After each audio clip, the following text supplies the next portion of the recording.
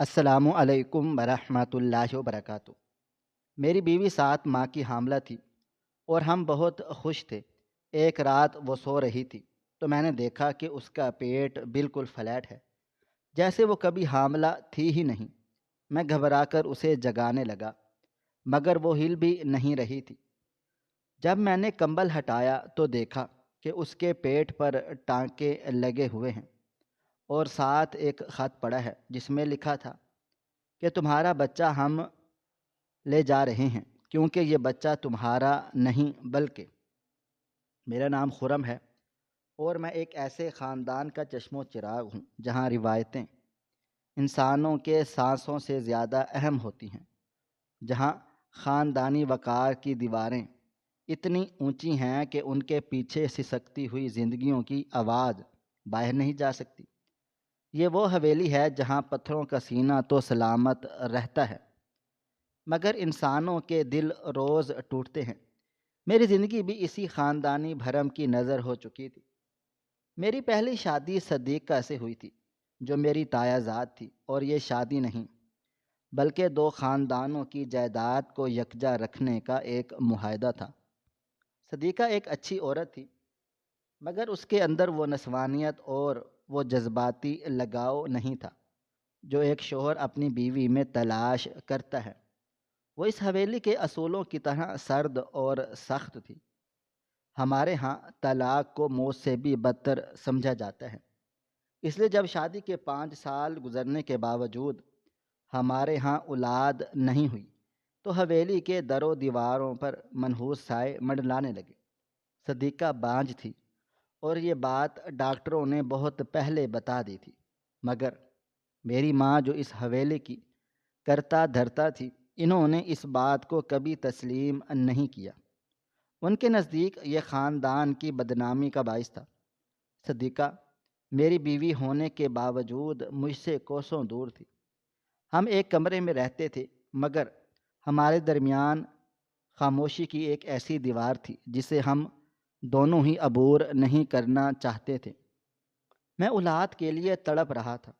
مجھے لگتا تھا کہ میری نسل یہیں ختم ہو جائے گی، اور شاید یہی وہ دکھ تھا جس نے مجھے تانیہ کی طرح متوجہ کیا۔ تانیہ ہمارے آفس میں کام کرنے والی ایک کلرک کی بیٹی تھی، غریب مگر خوددار اور حسن ایسا کہ نظر نہ ہٹے۔ اس کی آنکھوں میں ایک ایسی چمک تھی جو مجھے اپنی ویران زندگی میں امید کی کرن لگتی تھی۔ میں نے جب گھر میں دوسری شادی کی بات کی تو کوہرام مچ گیا۔ صدیقہ نے تو جیسے اپنی جان ہی لینے کی دھمکی دے دی، اور میری ماں جو ہمیشہ سے صدیقہ کی طرفدار تھی وہ بھی میرے خلاف کھڑی ہو گئی۔ مگر پھر ایک عجیب موڑ آیا جب ڈاکٹروں نے حتمی طور پر کہہ دیا کہ صدیقہ کبھی بھی ماں نہیں بن سکتی، تو میری ماں کا رویہ بدل گیا۔ انہیں اس حویلی کا وارث چاہیے تھا، چاہے وہ کسی بھی قیمت پر ملے۔ انہوں نے مجھے اجازت دے دی مگر ایک شرط پر کہ تانیہ اس گھر میں صرف وارث پیدا کرنے کے لیے آئے گی، اور اس کا مقام و مرتبہ کبھی بھی صدیقہ کے برابر نہیں ہوگا۔ میں اتنا مجبور اور اولاد کی محبت میں اتنا اندھا ہو چکا تھا کہ میں نے یہ ظالمانہ شرط مان لی، اور یوں تانیہ میری زندگی میں چلی آئی۔ تانیہ پھولوں کی طرح نازک تھی۔ وہ جانتی تھی کہ اسے ایک ایسی جگہ بیاہ کر لایا جا رہا ہے جہاں اس کی حیثیت دوسرے درجے کی ہے، مگر اس نے کبھی شکوہ نہیں کیا۔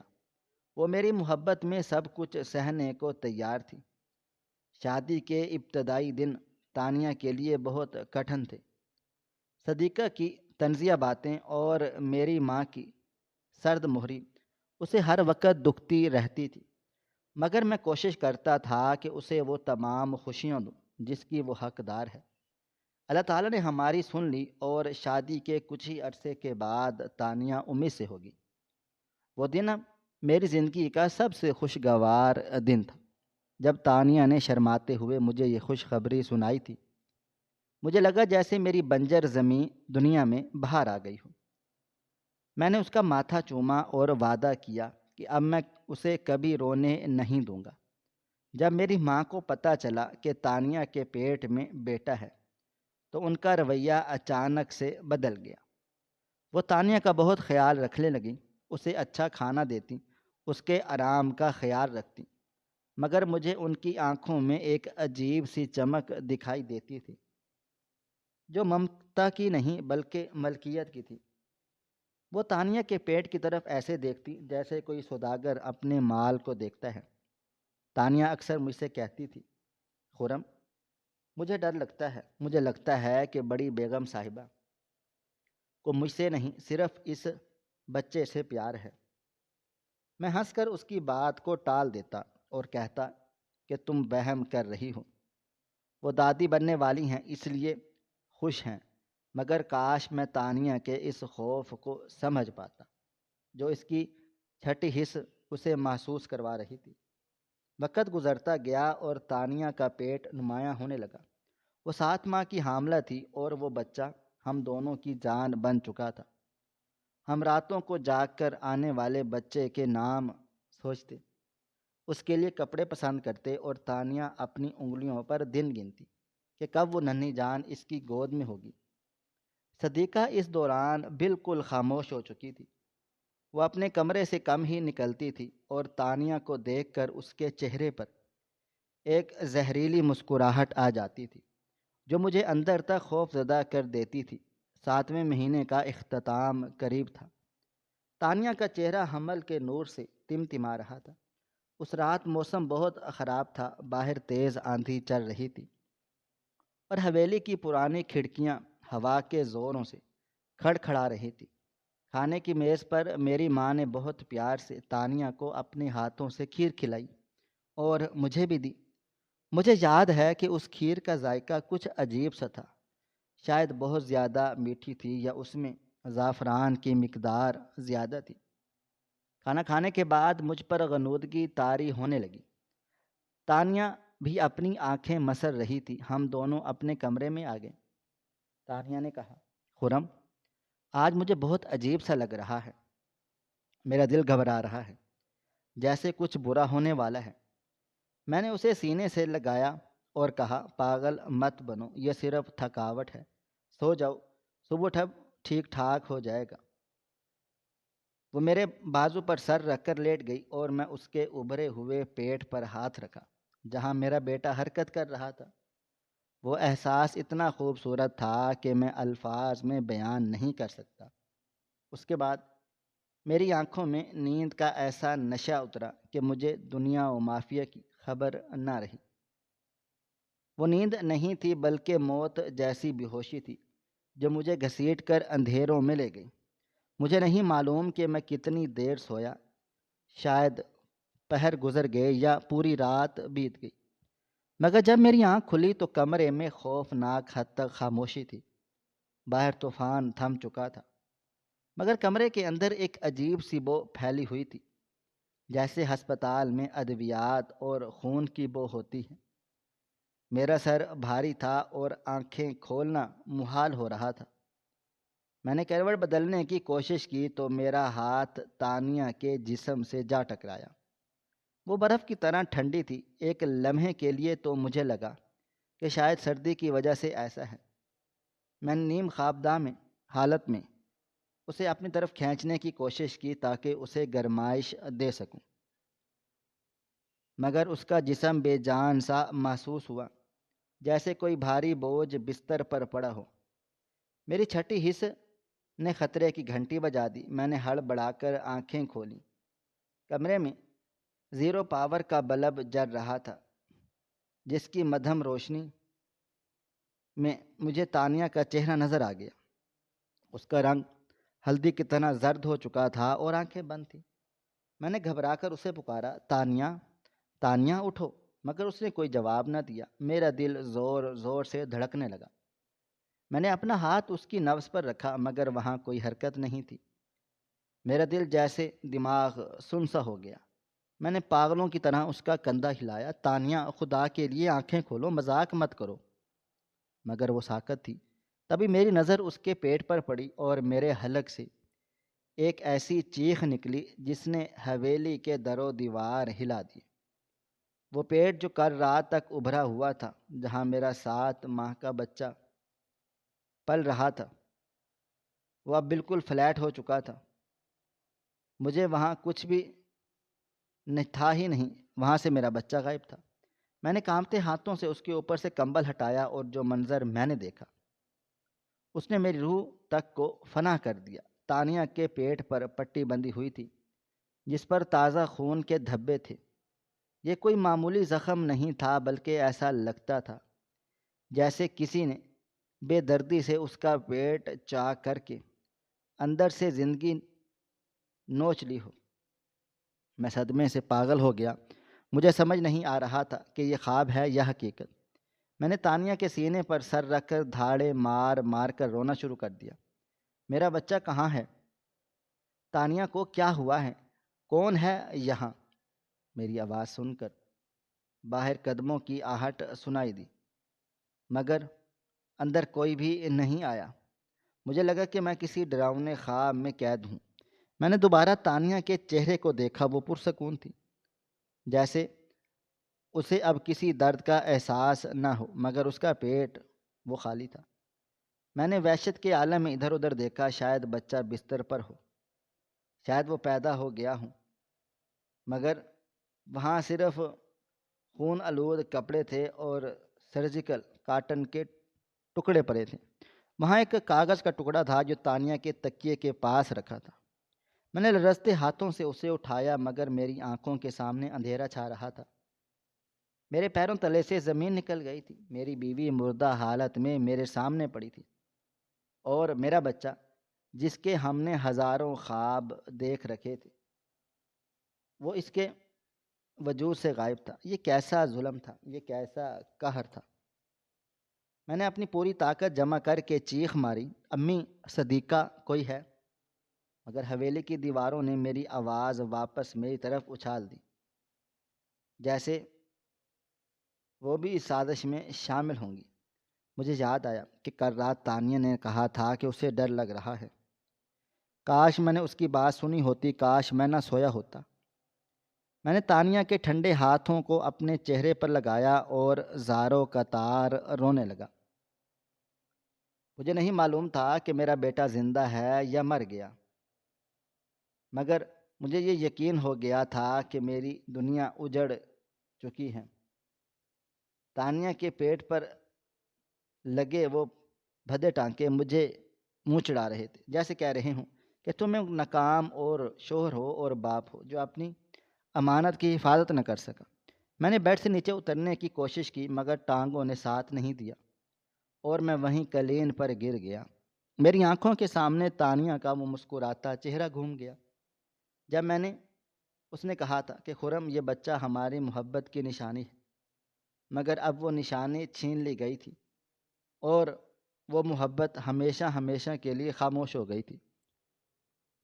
میرے ذہن میں ہزاروں سوال تھے کہ یہ سب کیسے ہوا؟ میں یہیں سو رہا تھا تو کسی نے میری موجودگی میں یہ سب کیسے کر دیا؟ کیا مجھے کوئی نشہ دیا گیا؟ اور سب سے بڑھ کر کہ یہ میرا بچہ کہاں گیا ہے؟ کمرے میں پھیلی ہوئی خون کی بو میرے دل و دماغ کو معاف کر رہی تھی۔ مجھے ایسا لگ رہا تھا کہ جیسے میں پاگل ہو جاؤں گا۔ میں نے دیوار کے سہارے کھڑے ہو کر دوبارہ تانیہ کی طرف دیکھا۔ وہ اب بھی ویسے ہی خاموش لیٹی تھی جیسے کہہ رہی ہو، اب بہت دیر ہو چکی ہے خرم، اب بہت دیر ہو چکی ہے۔ میں نے اس کے پیٹ پر بندھی ہوئی پٹی کو چھوا تو وہ گیلی تھی، جس کا مطلب تھا کہ یہ عمل کچھ دیر پہلے ہی ہوا ہے۔ یعنی جب میں غفلت کی نیند سو رہا تھا تو میری بیوی کو کاٹ دیا گیا اور مجھے خبر تک نہ ہوئی۔ یہ سوچ کر مجھے اپنے آپ سے گھن آنے لگی۔ میں نے پاس پڑا ہوا پانی کا جگ اٹھایا اور غصے میں دیوار پر دے مارا۔ کانچ کے ٹکڑے پورے کمرے میں پھیل گئے، بکھر گئے، بالکل میری زندگی کی طرح۔ پانی کا جگ دیوار سے ٹکرایا اور کانچ کے ہزاروں ٹکڑے فرش پر بکھر گئے، بالکل میرے خوابوں کی طرح، جن کی کرچیاں اب میری آنکھوں میں چبھ رہی تھیں۔ اس زوردار آواز نے حویلی کے سناٹے کو چیر دیا تھا اور ابھی گونج ختم ہی نہیں ہوئی تھی۔ کہ دروازہ کھلا اور میری ماں اندر داخل ہوئی، اور ان کے چہرے پر غصہ یا خوف نہیں تھا، بلکہ ایک ایسی ممتا تھی جو اس وقت مجھے زہر لگ رہی تھی۔ ان کے پیچھے صدیقہ تھی، جن کے ہاتھوں میں لرزہ تو تھا مگر آنکھوں میں ایک عجیب سا عزم، جیسے وہ ہر حال میں مجھے سنبھالنے کا تہیہ کیے ہوئے ہیں۔ میں دیوار کے ساتھ لگا ہانپ رہا تھا، اور میری نظریں تانیہ کے ساکت وجود پر جمی ہوئی تھی۔ ماں نے آگے بڑھ کر مجھے بازوؤں سے تھم لیا اور میرے سینے پر سر رکھ کر رونے لگ گئے تھے۔ جب میرے بچے، میرے لال، ہوش میں آؤ، دیکھو تم کیا کر رہے ہو، خود کو کیوں اذیت دے رہے ہو۔ ان کا لہجہ اتنا دردناک تھا کہ اگر کوئی انجان شخص سنتا تو سمجھتا کہ مجھ پر کوئی آسمانی آفت آئی ہے اور یہ بے قصور ہیں۔ میں نے جھٹکے سے خود کو ان کی گرفت سے چھڑوا لیا اور چیخ کر کہا کہ دور ہٹ جائیں مجھ سے، آپ سب قاتل ہیں۔ آپ لوگوں نے میری ہنستی کھیلتی دنیا اجاڑ ڈالی اور میری تانیہ کو مار دیا۔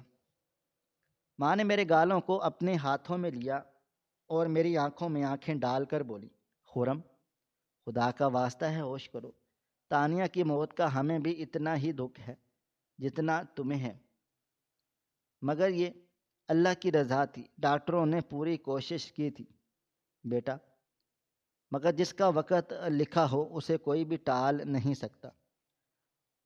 ہم نے جو کیا صرف تمہاری نسل بچانے کے لیے کیا۔ اگر ہم بروقت فیصلہ نہ کرتے تو آج تم بیوی کے ساتھ ساتھ بچے سے بھی ہاتھ دھو بیٹھتے۔ ان کی دلیلوں میں اتنا زہر آلود یقین تھا کہ میرا دل و دماغ گھومنے لگا۔ تبھی صدیقہ آگے بڑھی اور اس نے بہت ہی نرمی سے میرا ہاتھ پکڑا۔ خرم، خدارا خود کو سنبھالیں، دیکھیں آپ کا بیٹا ڈر رہا ہے۔ اس نے اشارہ کیا تو میری نظر دروازے کے پاس کھڑی نرس پر پڑی، جس کی گود میں میرا بیٹا تھا، وہ ننھا سا وجود جو رو رہا تھا۔ شاید باپ کی چیخوں نے اسے ڈرا دھمکا دیا تھا۔ صدیقہ نے لپک کر بچہ نرس سے لیا اور میرے قریب آ گئی۔ دیکھیں خرم، یہ تانیہ کی نشانی ہے، یہ آپ کا خون ہے، کیا آپ اسے بھی ٹھکرا دیں گے؟ بچے کو دیکھتے ہی میرا غصہ جیسے جھاگ کی طرح بیٹھنے لگا، مگر دل میں ایک ٹھیس اٹھی۔ یہ بچہ میری محبت کا حاصل تھا، مگر اس کی قیمت میں نے تانیہ کی جان دے کر چکائی تھی۔ میں وہیں زمین پر بیٹھ گیا تھا اور گھٹنوں میں سر دے کر پھوٹ پھوٹ کر رو پڑا۔ اماں اور صدیقہ میرے دائیں بائیں بیٹھ گئیں اور مجھے دلاسا دینے لگیں، جیسے میں کوئی چھوٹا بچہ ہوں اور وہ رات قیامت کی رات تھی۔ تانیہ کی لاش کو لے جایا گیا اور میں نشہ آور ادویات کے زیر اثر بستر پر پڑا رہا۔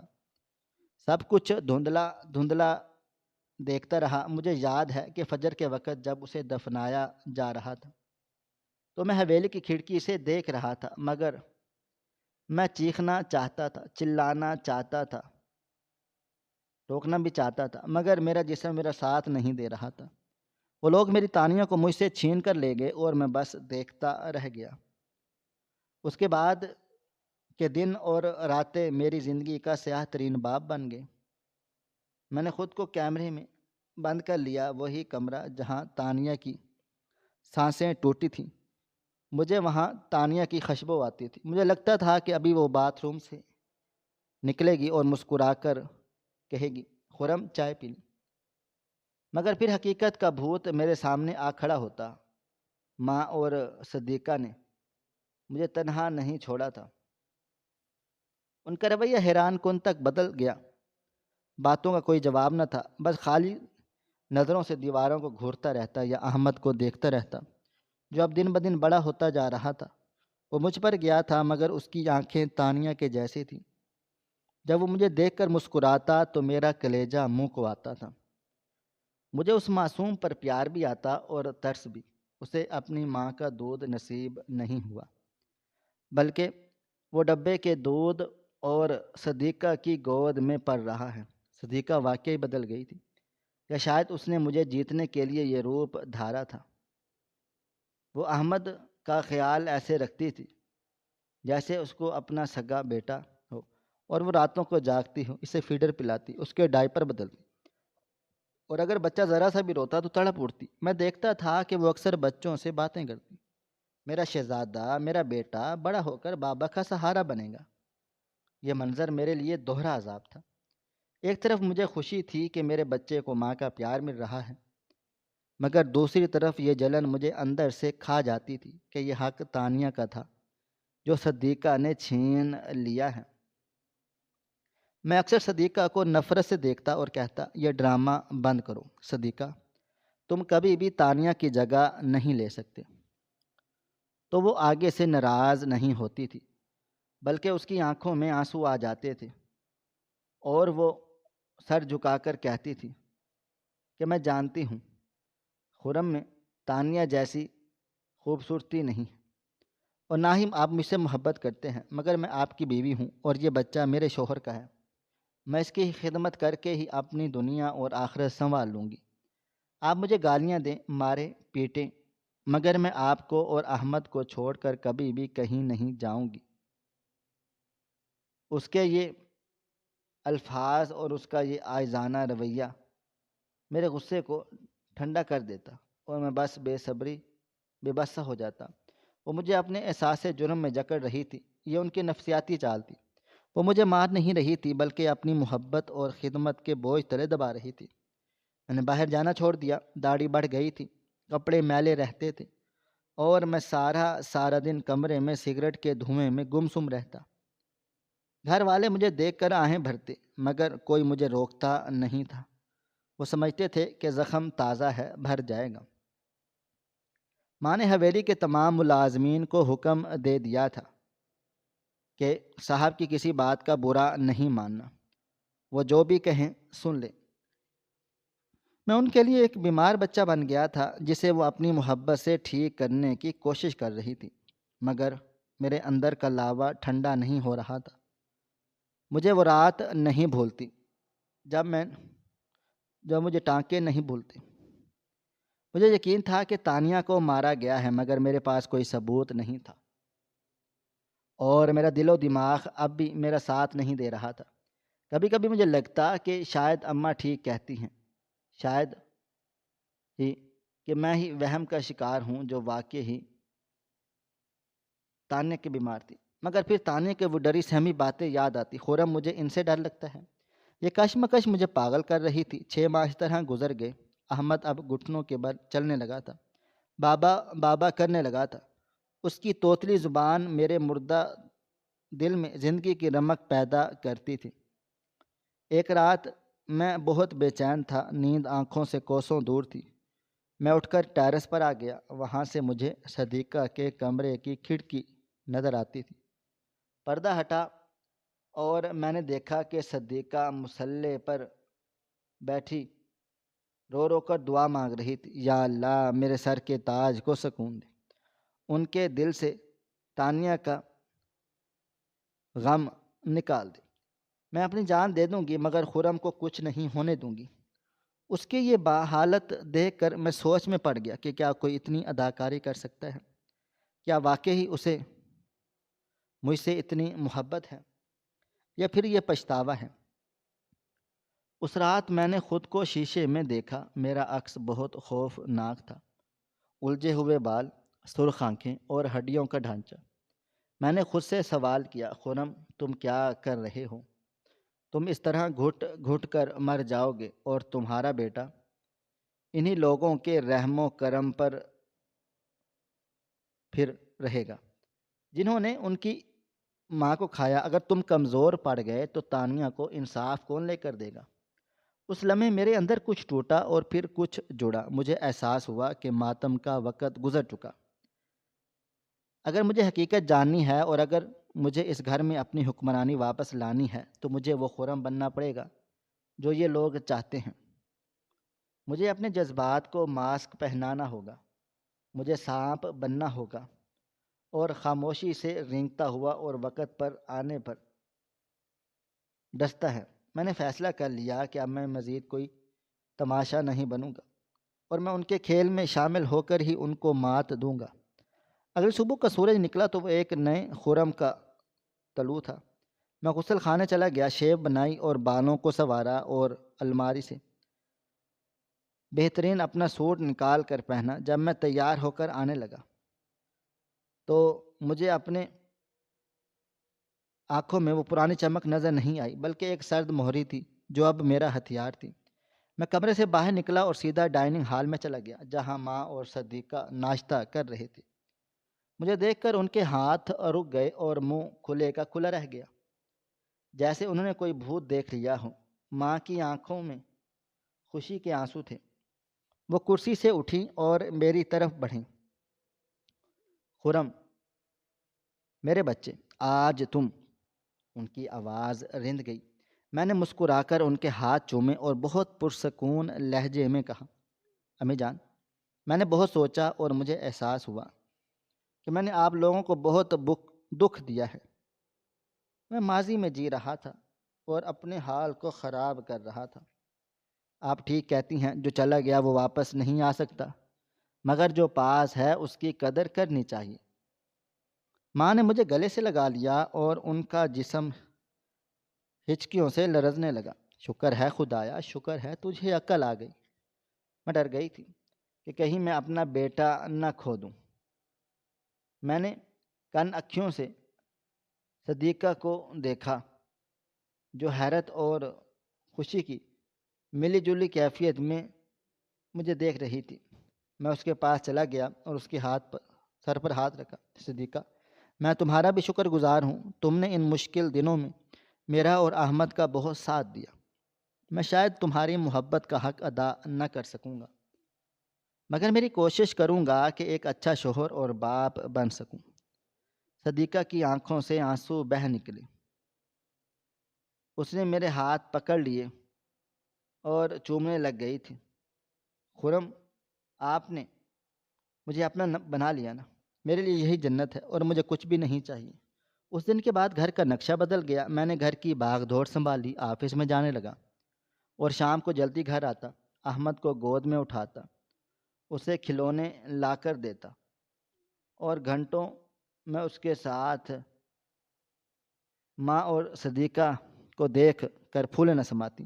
وہ سمجھ رہی تھیں کہ پرانا خرم واپس آ گیا، بلکہ پہلے سے بھی زیادہ فرما بردار اور محبت کرنے والا خرم گھر میں اب کہے گونجتے تھے۔ صدیقہ میرے لیے طرح طرح کے کھانے بناتی تھی اور میں ہر نوالے پر اس کے تعریفیں کرتا۔ ماں اکثر کچھ بھی نہیں کہتی تھی۔ احمد نے خرم کو بدل دیا تھا۔ وہ مطمئن ہو چکی تھی کہ انہوں نے مجھ پر نظر رکھنا چھوڑ دی۔ انہیں اب یقین ہو گیا تھا کہ میں تانیہ کو بھول چکا ہوں اور اب صدیقہ ہی میری کل کائنات ہے۔ مگر وہ نہیں جانتی تھی کہ جب میں آفس میں چلا گیا ہوں تو آج پھر میں اکیلا ہوتا ہوں۔ تو میں کیا کروں؟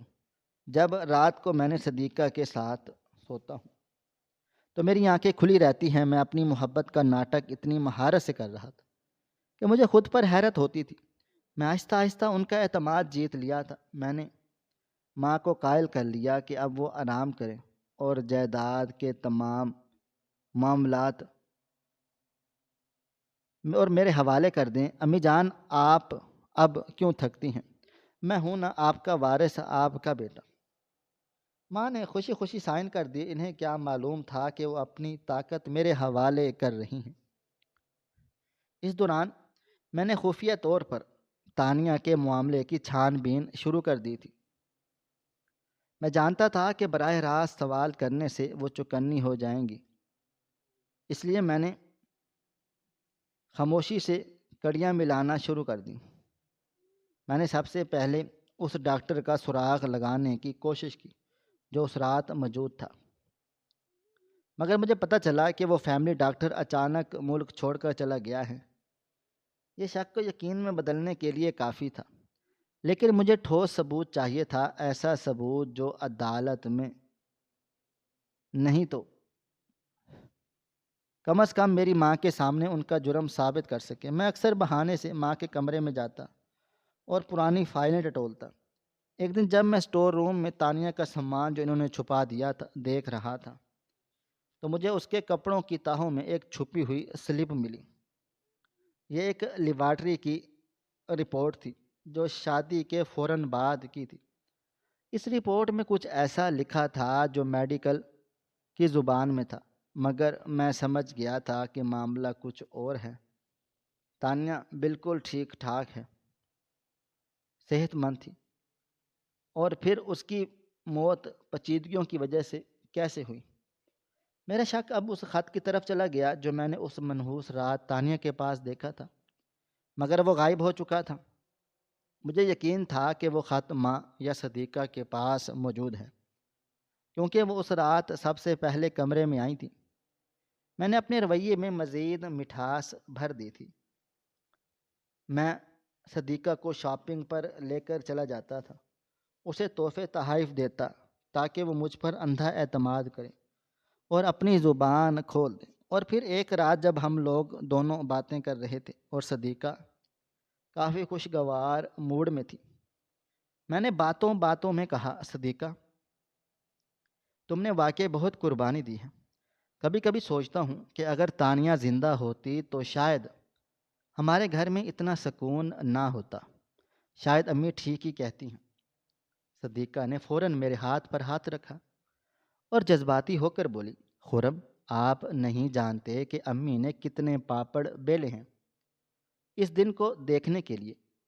انہوں نے تو اس رات، وہ بولتے بولتے اچانک رک گئی، جیسے اسے احساس ہوا ہو کہ وہ کچھ غلط کہنے لگی ہے۔ میں نے دل کی دھڑکنوں کو قابو میں رکھا اور بہت معصومیت سے پوچھا، اس رات کیا کیا ہوا تھا اس رات؟ صدیقہ نے بات بدلنے کی کوشش کی اور امی بس پریشان تھی، ڈاکٹر نے جواب دیا تھا۔ میں نے بات کو وہیں ختم کر دی تاکہ اسے زیادہ شک نہ ہو، لیکن مجھے سرا مل گیا تھا کہ وہ رات صرف ایک حادثہ نہیں تھی بلکہ ایک باقاعدہ منصوبہ بندی تھی۔ اب میرا اگلا ہدف ماں کی وہ پرانی ڈائری تھی جو وہ ہمیشہ اپنے سرہانے رکھتی تھی۔ مجھے ایسا لگتا تھا کہ اس میں سارے راز دفن ہیں۔ میں اب موقع کی طاق میں تھا۔ میرا بیٹا احمد اب 1 سال کا ہونے والا تھا اور ماں اس کی سالگرہ دھوم دھام سے منانا چاہتی تھی۔ میں نے بھرپور جوش و خروش ظاہر کیا، ہاں امی، یہ ہمارے وارث کی پہلی سالگرہ ہے، پورا شہر دیکھے گا۔ سالگرہ کی تیاریوں کے دوران گھر میں گہما گہمی تھی اور یہی وہ موقع تھا جس کا مجھے انتظار تھا۔ سب لوگ مصروف تھے اور ماں بھی اپنے مہمانوں کی لسٹ بنانے میں مگن تھی۔ میں نے سر درد کا بہانہ کیا اور جلدی سے گھر آ گیا۔ گھر خالی تھا، ملازم کاموں میں مصروف تھے اور میں سیدھا ماں کے کمرے میں چلا گیا۔ میں نے ان الماری کا خفیہ خانہ کھولنے کی کوشش کی جس کی چابی میں نے کچھ دن پہلے ہی ماں کے گچھے سے چرا کر اس کا ڈپلیکیٹ بنوا لیا تھا۔ میرے ہاتھ کانپ رہے تھے، مگر وہ انتقام کی آگ مجھے حوصلہ دے رہی تھی کہ تالا کھلا اور اندر سے وہی سیاہ جلد والی ڈائری اور کچھ کاغذات برآمد ہوئے۔ میں نے جلدی سے انہیں کھول کے پڑھنے ہی والا تھا کہ پیچھے سے قدموں کی آہٹ آئی۔ میں نے فوراً سے کاغذات جیب میں ڈالے اور مڑا تو سامنے صدیقہ کھڑی تھی۔ اس کے ہاتھ میں دودھ کا فیڈر تھا اور وہ مجھے ماں کی الماری کے سامنے دیکھ کر حیران رہ گئی تھی۔ خرم، آپ یہاں کیا کر رہے ہیں؟ اور ہاں، امی جان کی الماری کیوں کھلی ہے؟ اس کے چہرے پر سوال نشان تھا۔ اب وقت آ گیا تھا کہ میں اپنا نقاب اتار پھینکوں یا پھر کوئی نئی چال چلوں۔ یہ فیصلہ کن گھڑی تھی۔ صدیقہ کو اچانک اپنے پیچھے کھڑا دیکھ میرے اوسان خطا ہو گئے تھے۔ یہ وہ لمحہ تھا جہاں میری چھوٹی سی غلطی میرے مہینوں کی محنت پر پانی پھیر سکتی تھی۔ میرے ہاتھ میں ماں کی وہ خفیہ ڈائری تھی جس میں ان کے کالے کرتوتوں کا کچا چٹھا درج تھا، اور سامنے وہ عورت کھڑی ہوئی تھی جو اس جرم میں برابر کی شریک تھی۔ صدیقہ کی نظریں سیدھی میرے ہاتھوں پر تھی اور اس کے چہرے پر شک کے سائے گہرے ہو رہے تھے۔ اس نے دوبارہ پوچھا، خرم، آپ امی کی الماری میں کیا کر رہے ہیں؟ اور ہاں، یہ پسینہ کیوں آ رہا ہے آپ کو؟ میرا دماغ بجلی کی تیزی سے چلا۔ میں نے فوراً سے اپنے چہرے پر ایک شرمندہ سی مسکراہٹ سجائی۔ اور ڈائری کو اپنی پشت پیچھے چھپاتے ہوئے کہا، وہ دراصل میں تمہیں سرپرائز دینا چاہتا تھا۔ میں امی کی پرانی جیولری دیکھ رہا تھا۔ میں نے سنا تھا کہ امی کے پاس ایک خاندانی ہار ہے۔ میں سوچ رہا تھا کہ احمد کی سالگرہ پر تمہیں وہ تحفے میں دوں، کیونکہ تم نے میرے بیٹے کے لیے جو کیا ہے اس کا صلہ میں شاید کبھی بھی نہ دے سکوں۔ میرا یہ تیر نشانے پر لگا۔ صدیقہ جو شک کی نگاہ سے دیکھ رہی تھی ایک دم پگھل گئی۔ اس کے چہرے کی سختی حیا اور خوشی میں بدل گئی۔ اوہ خرم، آپ بھی نہ، مجھے ہار نہیں چاہیے، مجھے آپ کا پیار ہی کافی ہے۔ وہ آگے بڑھی اور میرے ماتھے سے پسینہ پہنچنے لگی۔ میں نے سکون کا سانس لیا۔ میں بال بچ گیا تھا۔ میں نے بڑی ہوشیاری سے وہ ڈائری اپنی قمیض کے نیچے اڑیس لی اور اسے باتوں میں لگا کر کمرے سے باہر لے آیا۔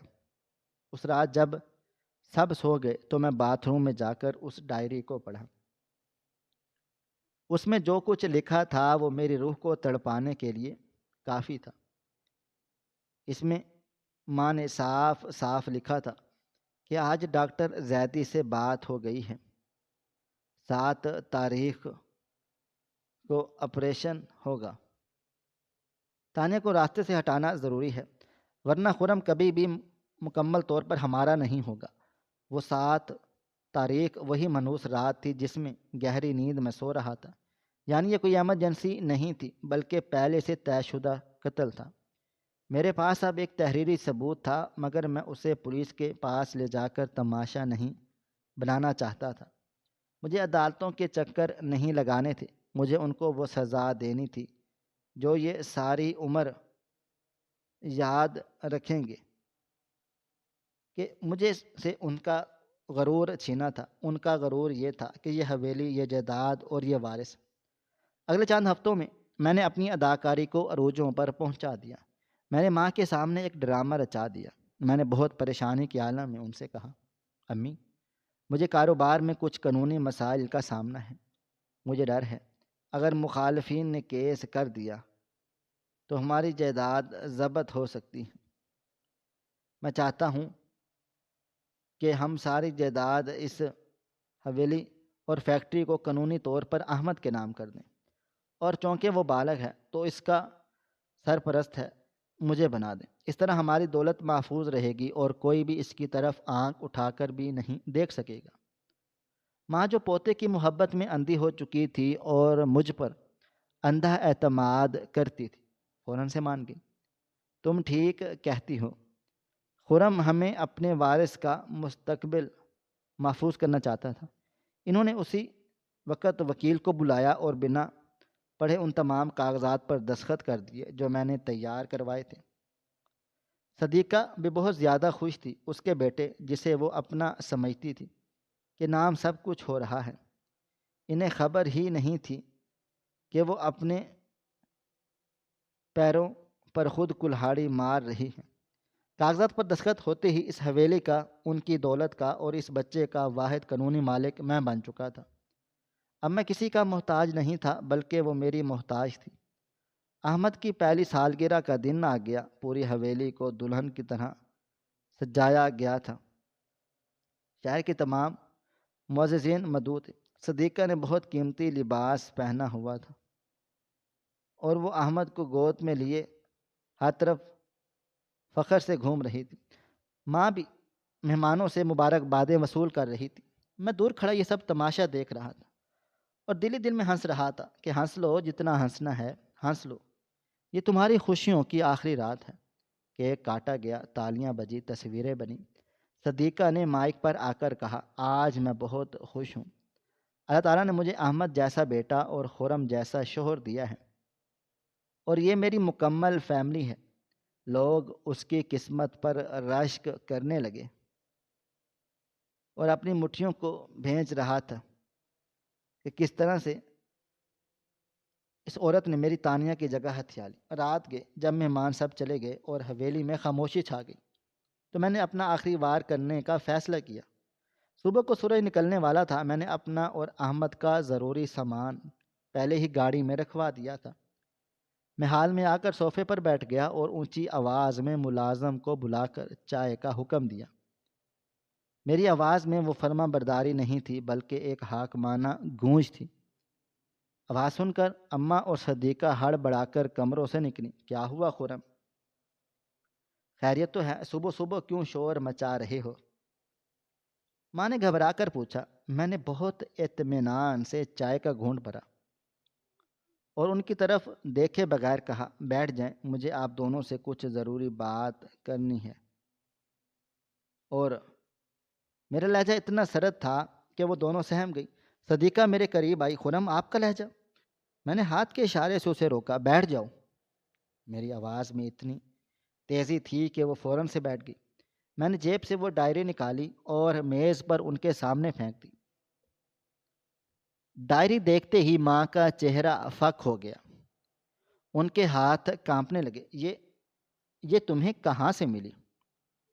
میں نے طنزیہ مسکراہٹ کے ساتھ کہا، وہاں سے جہاں آپ نے اپنے گناہ چھپا رکھے تھے۔ امی جان، آپ کو کیا لگا تھا کہ آپ میری بیوی کو کاٹ کر مار دیں گی اور میں ساری زندگی آپ کا خدمت گزار بنا رہوں گا؟ صدیقہ کی آنکھیں پھٹی کی پھٹی رہ گئی۔ خرم، آپ یہ کیا کہہ رہے ہیں؟ ہم نے تو… میں نے میز پر ہاتھ مار کر اسے چپ کرایا۔ بس ایک لفظ مزید مت بولنا۔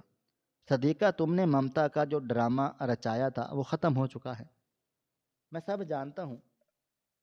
میں جانتا ہوں کہ تانیہ کو کوئی بیماری نہیں تھی۔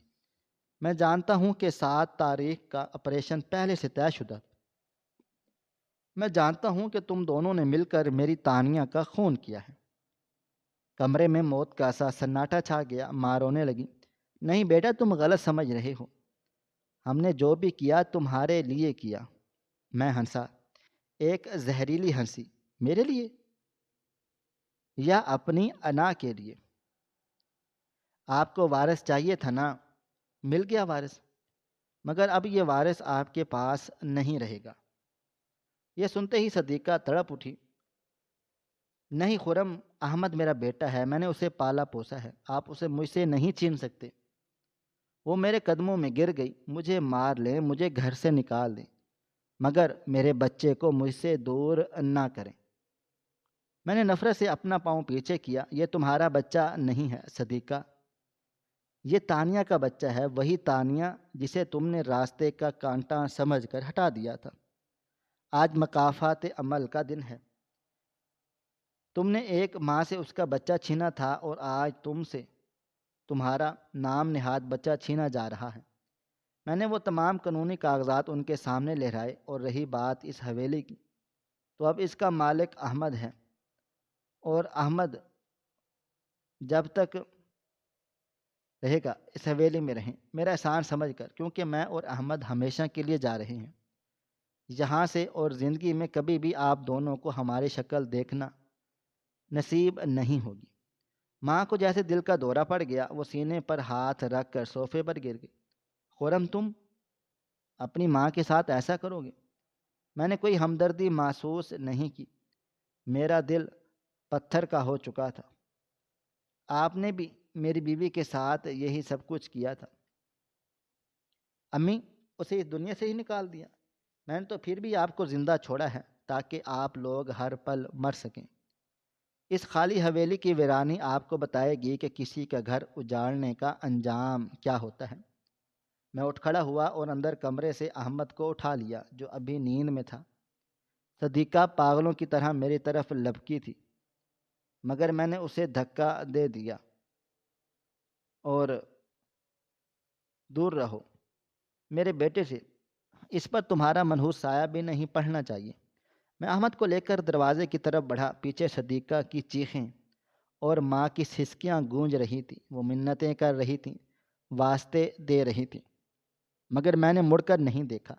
میں نے گاڑی سٹارٹ کی اور گیٹ سے باہر نکل گیا۔ جیسے ہی میں نے حویلی کی حدود پار کی، مجھے ایک عجیب سا سکون محسوس ہوا، جیسے میرے سینے سے منو بوجھ اتر گیا ہو۔ میں سائیڈ سیٹ پر سوئے ہوئے احمد کو دیکھا اور اس کے بالوں میں انگلی پھیری۔ ہم آزاد ہیں بیٹا، اب ہم تانیہ کی یادوں کے ساتھ ایک نئی دنیا بسائیں گے۔ ناظرین، آپ کو ہماری آج کی کہانی کیسی لگی؟ کمنٹ باکس میں اپنی رائے کا اظہار ضرور کریں۔ مزید اس طرح کی سبق آموز کہانیاں سننے کے لیے ہماری ویڈیوز کو لائک کریں، شیئر کریں اور ہمارے چینل ایس ایف سٹوریز کو ضرور سبسکرائب کر لیں۔ ملتے ہیں کل ایک نئی اور دلچسپ کہانی کے ساتھ، تب تک اپنا ڈھیر سارا خیال رکھیے گا۔ اللہ حافظ۔